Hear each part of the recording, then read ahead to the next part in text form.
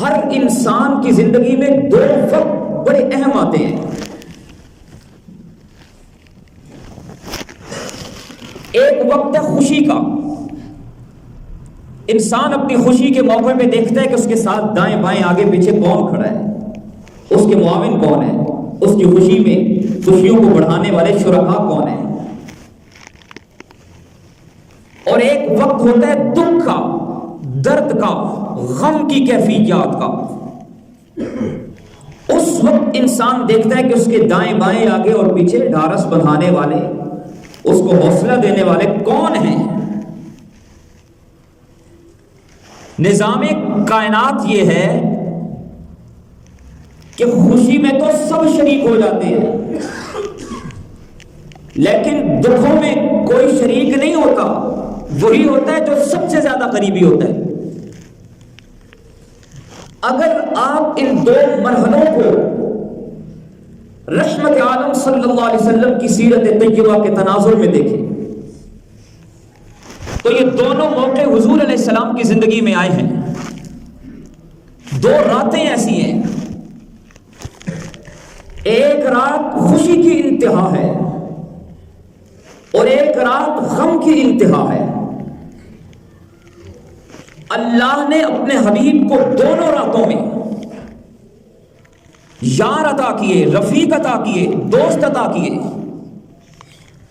خوشی کی رات معراج کی شب, غم کی رات ہجرت کی شب.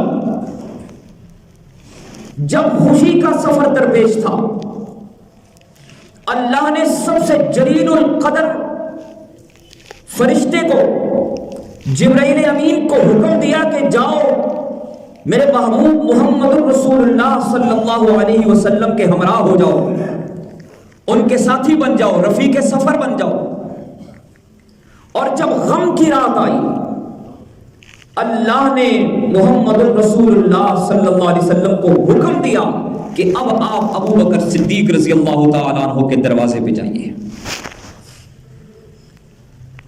خوشی کی رات میں جبرائیل امین حضور کے ساتھ ہے, اور غم کی رات میں ابو بکر صدیق رحمت عالم صلی اللہ علیہ وسلم کے ساتھ ہے.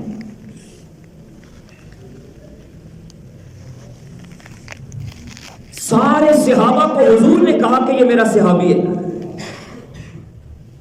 تنہا ابو بکر واحد شخصیات ایسی ہیں کہ جن کو خود خدا نے کہا ہے کہ اے میرے باپ پیغمبر, ابو بکر کو ہم نے آپ کا صحابی بنایا ہے. اور اللہ نے اس کا نقشہ کھینچا. بڑے پیارے انداز میں سورہ توبہ میں فرمایا اِلَّا تَنْصُرُوا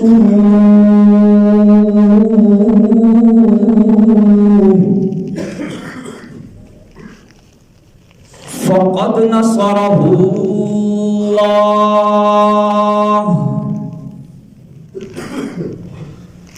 اے دھرتی والو, اگر تم میرے حبیب کی مدد نہیں کرو گے تو کوئی ایسی بات نہیں, ہم اپنے محبوب محمد رسول اللہ کے مددگار ہیں. فقد نصرہ اللہ,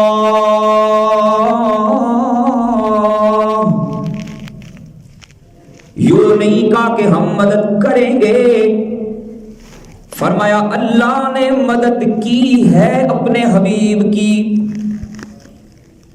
اب اللہ سے دلیل نہیں مانگی کسی نے, خود اللہ نے دلیل دی. فرمایا وہ رات یاد کرو جب ساری دنیا کا کفر گھیراؤ کر چکا ہے میرے حبیب کے در اقدس کا, اور آج دنیا کفر مل کر شمع نبوت کو بجھانا چاہتے ہیں, چراغ نبوت کو بجھانا چاہتے ہیں. سب کے ہاتھ میں تلواریں ہیں اور سارا مکہ جمع ہو چکا ہے میرے نبی کے گھر کے ارد گرد. اس رات میں اذ اخرجہ الذین کفروا ثانی اثنین اذ ہما فی الغار اذ یقول لصاحبہ. رحمت عالم صلی اللہ علیہ وسلم نے اپنے بستر پر اپنے پیارے بھائی حضرت علی المرتضیٰ شیر خدا کو سنایا ہے اور خود قرآن پڑھتے ہوئے دشمن کی نگاہوں میں دھول پھینکتے ہوئے رخصت ہو گئے ہیں. ابو جہل آگے بڑھا، آپ صلی اللہ علیہ وسلم کے گھر میں آیا، بستر پہ دیکھا کوئی سویا ہوا ہے. دنیا کفر کو پتا چلا کہ آپ کے بستر پہ کوئی سویا ہوا ہے. حضرت علی المرتضیٰ دبلے پتلے سے اور صحابہ میں چھوٹے قد کے شخصیت کے مالک تھے. کافروں نے سمجھا کہ شاید محمد رسول اللہ سوئے ہوئے ہیں، لیکن وہ یہ نہیں جانتے تھے کہ حضور تو رخصت ہو چکے ہیں یہاں سے. اسی دن سے کفر کو یہ شبہ ہوا. وہ پہلا موقع تھا ایسا کہ جب دنیا کفر نے یہ سمجھا کہ یہ علی نہیں محمد رسول اللہ ہیں. علی کو نبی سمجھنے والے سب سے پہلے موقع پر دنیا کے سب سے بڑے کافر تھے. بات سمجھ گئے؟ میری بات واضح ہو رہی ہے؟ انہیں یہ شبہ ہوا. رحمت عالم صلی اللہ علیہ وسلم تشریف لے گئے. وہ مکہ کی سرد رات تھی، ہر طرف ہو کا عالم تھا. ابو بکر صدیق رضی اللہ تعالی عنہ کے گھر پہ دستک ہوئی. وہ پہلے سے منتظر بیٹھے ہیں. پوچھا گیا دروازے پہ کون ہے؟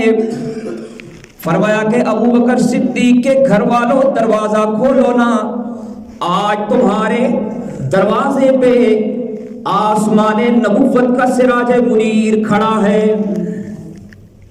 وہ ساری دھرتی سے چن چن کر اللہ نے لوگوں کو جس کے قدموں میں بھیجا، آج وہ محبوب ابو بکر صدیق کے دروازے پہ کھڑے ہیں.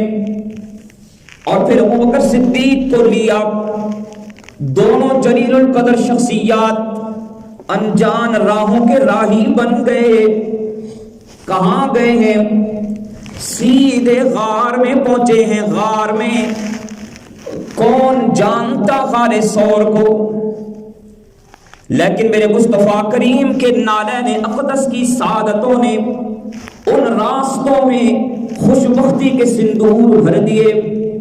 آج بھی لوگ وہاں جانے کو سعادت سمجھتے ہیں. یادیں وابستہ ہیں امام الانبیاء صلی اللہ علیہ وسلم کی اس غار سے. اور کیسے گئے؟ ابو بکر صدیق نے رحمت عالم صلی اللہ علیہ وسلم کو کندھوں میں اٹھایا ہے.